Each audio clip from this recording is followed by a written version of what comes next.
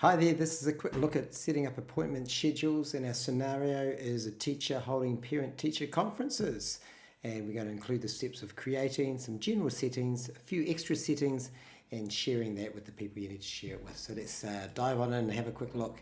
So in your calendar, you're going to create a new appointment schedule. Here we go. First of all, we can give it a title. We go parent-teacher conferences, and the appointment duration, you can choose from these, or you go custom. You can go as little as 5 minutes. So we're just going to do an example of if this was a 10-minute meeting. And the general availability. So let's just imagine the scenario is just one particular afternoon and evening on a Thursday. So we're going to get rid of these days by pushing the X. We're going to leave the Thursday there. We're going to take out the Friday. Imagine it started at 2 o'clock in the afternoon and went until 5, and then there was a dinner break before some more. So we're just going to go from 2 till 5, and then we're going to add another time from 6 p.m. and let's just say it was going to 8 p.m. So there's our times all set. That's that part. The scheduling window, that is just how early can people make a booking for this appointment. So we can say it's available now, up to 60 days in advance, or we can start it from a particular date if we only want them to make bookings. So let's say we're planning this way earlier, months ahead, and we just wanted them to book it only a couple of weeks ahead. You can set a start date in there. Maximum time in advance that it can be booked. Here's that 60-day options there. So you could just say, actually, if you wanted to set it, we're just going to do it, let's say it was from 3 weeks before. I could do 21 days. People are going to be able to make bookings from there.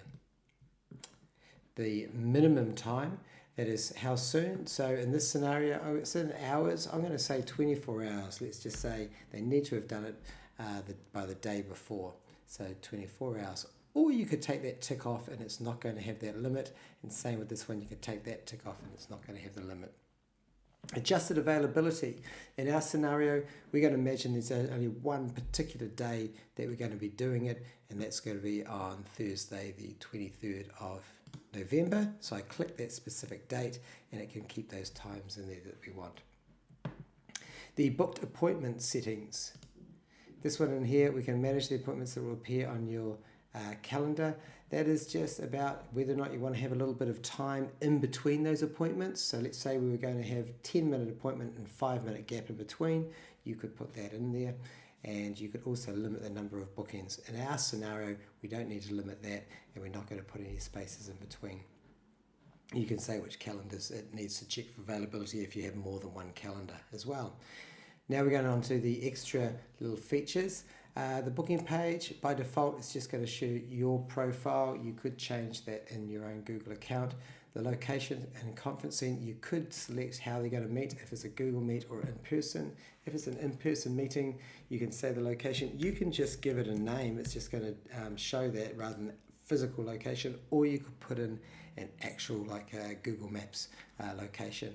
In the description, as it says, add a description. For example, in this case, we could say, your child is welcome to attend also.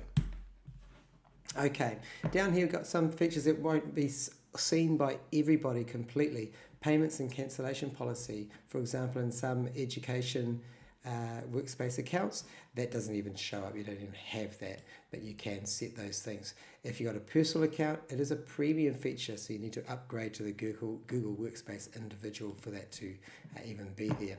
Booking confirmations and reminders, again, it's a premium feature for some people, but if you're in some other paid workspace, basically by default it'll always send a calendar invitation to yourself and the person who made the booking, but you can also make it send an email reminder to the person who made the booking, which is really helpful. Maybe the day before the parent-teacher interviews, it can give them a reminder of their time and their slot, so that's quite helpful. Doesn't show in here in this plan, but it may be available for you. So then we're just going to go save.